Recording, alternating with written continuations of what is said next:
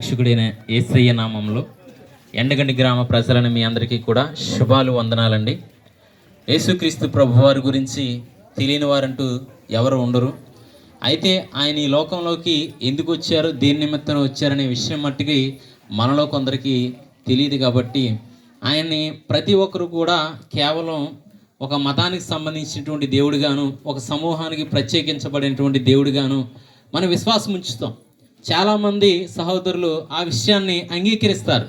అయితే ఈయన ఏంటంటే సమస్తములోకెల్లా పాపుల్లో చేరక ప్రత్యేకించబడిన వాడని లేఖనాన్ని తెలియజేస్తున్నాయండి.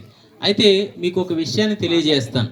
ఎలా అంటే ఈ ప్రభు అయిన యేసుక్రీస్తు వారు ఈ యొక్క లోకంలో సజీవుడిగా ఉండి సమస్త మానవాళి కొరకు తన యొక్క ప్రాణాన్ని పెట్టడానికి సిద్ధపడి అనేక చోట్ల సువార్తను ప్రకటించి, అయితే ఆ సమయం వచ్చినప్పుడు ఈ ప్రభువుని సిలువేసే సమయంలో ఆయన్ని అనేక రీతులుగా అక్కడ ఉన్నటువంటి రోమా సామ్రాజ్యం మొత్తం కూడా అక్కడ ఉంటుండగా కేవలం మామూలుగా మన చుట్టూ ఉన్నవారిలో ఎవరైనా బాగా మంచిగా ఉండి అందరితో ఎంతో సరదాగా మాట్లాడుతూ ఎవరికి హాని చేయని వాడు శిక్షకు గురయ్యాడు అనుకోండి, ఆ చుట్టుపక్కల వారు ఎంతో బాధపడుతూ ఉంటారు.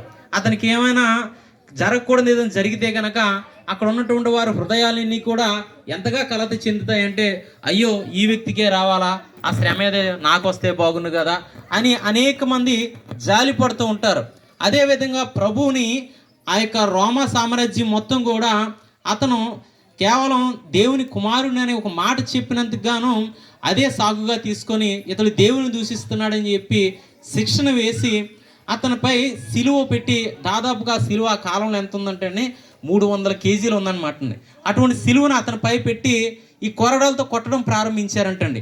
వారు ఉన్న ప్రాంతంగా నుంచి, ఆ చుట్టుపక్కల ఉన్న ప్రాంతంగా నుంచి ఆ ఏరియాలో గొల్గొతా అనేటువంటి ఒక ఎత్తైన పర్వతం ఉందంటండి. ఆ పర్వతం మీద ఇటువంటి వారందరికీ అంటే అక్కడ ఉన్నటువంటి ఖైదీలందరికీ కూడా శిక్ష విధిస్తారన్నమాట.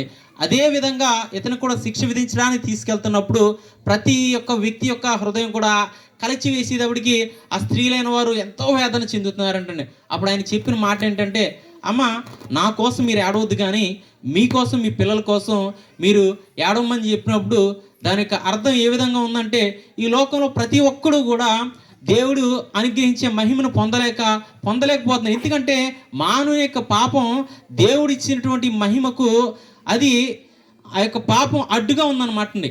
కాబట్టి ఎవరైతే ఈయన్ని ప్రభువుని అంగీకరించి, ప్రభువా మా పాపములను క్షమించమని ఎవరైతే మన పిల్లల కోసం మన కోసం ప్రార్థించగలిగిన వారు ఉంటారో వారందరూ కూడా, వారి కుటుంబం కూడా రక్షించబడుతుంది అన్నమాట అండి. అయితే అతను సిలువ వేసేసిన తర్వాత కొంత సమయం అయిపోయిన తర్వాత అక్కడ ఇతనితో పాటు ఒక 2 ఖైదీలు కూడా సిలువ వేయబడ్డారన్నమాట అండి. అయితే వారికన్నా ముందుగానే ప్రభు అయిన యేసుక్రీస్తు వారు తన ప్రాణాన్ని పెట్టినప్పుడు అనేకమైన మాటలు, అంటే క్రైస్తవ సహోదరులైన వారు ఆ ఈస్టర్లో 7 మాటలని చెప్పుకుంటారని చాలామందికి ఈ విషయం తెలిసిందే. అదేవిధంగా ఆ 7 మాటలు గతించిపోయిన తర్వాత ఆయన సిలువలో మరణించిన తర్వాత ఒక శతాధిపతి ఆయన వద్దకు వెళ్ళాడనమాట. అంటే వీరు సాయంత్రం కల్లా అక్కడ సిలువ వేయబడిన వారు చనిపోవాలన్నమాట. లేదంటే కనుక ఆ యొక్క కాళ్ళని చేతులు విరిచి చంపేస్తారన్నమాట వీరే భయంకరంగా. అయితే ప్రభు యొక్క లేఖనంలో ఏమని చెప్పబడిందంటే ఆయన ఒక ఎముక కూడా విరవబడదనమాట అండి. రోమా సామ్రాజ్యంలో ఉన్నటువంటి ఖైదీలకి చేసే శిక్ష ఏంటంటే, ఆ రోజు సాయంత్రం మనం అంటాం కదండి, పొద్దుగుంకింది లేకపోతే దీపం పెట్టారంటారు చూసారా, ఆ సమయం రాకముందే వారు చనిపోతే వీళ్ళే కఠినంగా చంపేస్తారనమాట అండి. అయితే అంతకుముందే ప్రభు ఇచ్చిన మాట ప్రకారం, ఆయన లేఖలో చెప్పిన మాట ప్రకారం ఆయన ఎముకల్లో ఒకటి కూడా ఎరవబడలేదంటండి.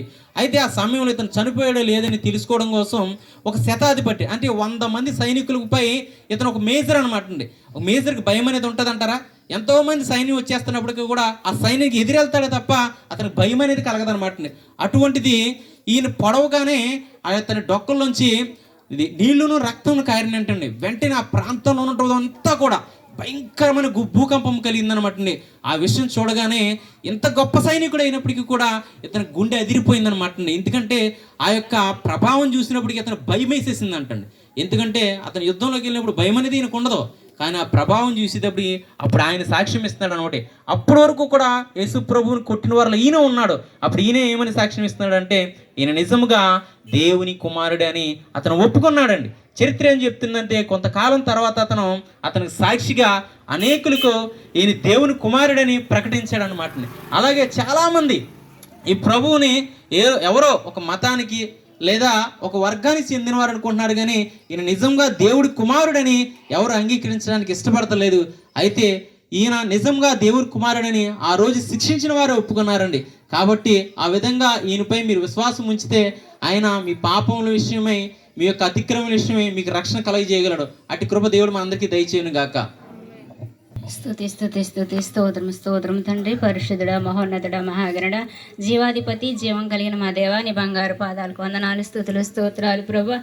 మరొకసారి నాయన మా ఎండగండి గ్రామాన్ని నాయన నువ్వు జ్ఞాపకం చేసుకునే విధాన్ని బట్టి నీకు వందనాలు, స్తోత్రాలు. అని విడలైన వారిని నడిపించిన విధాన్ని బట్టి నీకు వందనాలు, స్తుతులు, స్తోత్రాలు చెల్లించుకుంటున్నాం ప్రభా. ఇక్కడ అనేక రీతులుగా నాయన బిడలు ప్రభా, అవును తండ్రి, వాక్యం చెప్పుచుండగా ప్రభా అనేకుల హృదయాల్లో నాయన ఫలింపు దయచేయమనుచున్నాము తండ్రి. అవునయ్యా, విత్తనాలు తండ్రి ఎక్కడ ప్రభా నాయన వ్యర్థం కాకుండా నాయన అనేకుల హృదయాల్లో ఫలింపు దయచేయమనుచున్నాము తండ్రి. నీ స్తోత్రాలు నిజమే ప్రభా. ఈ గ్రామం పట్ల నీ ఇష్టం ఉంది, నీ చిత్తం ఉంది, నీ ప్రణాళిక ఉంది తండ్రి. నీ స్తోత్రాలు ప్రభా.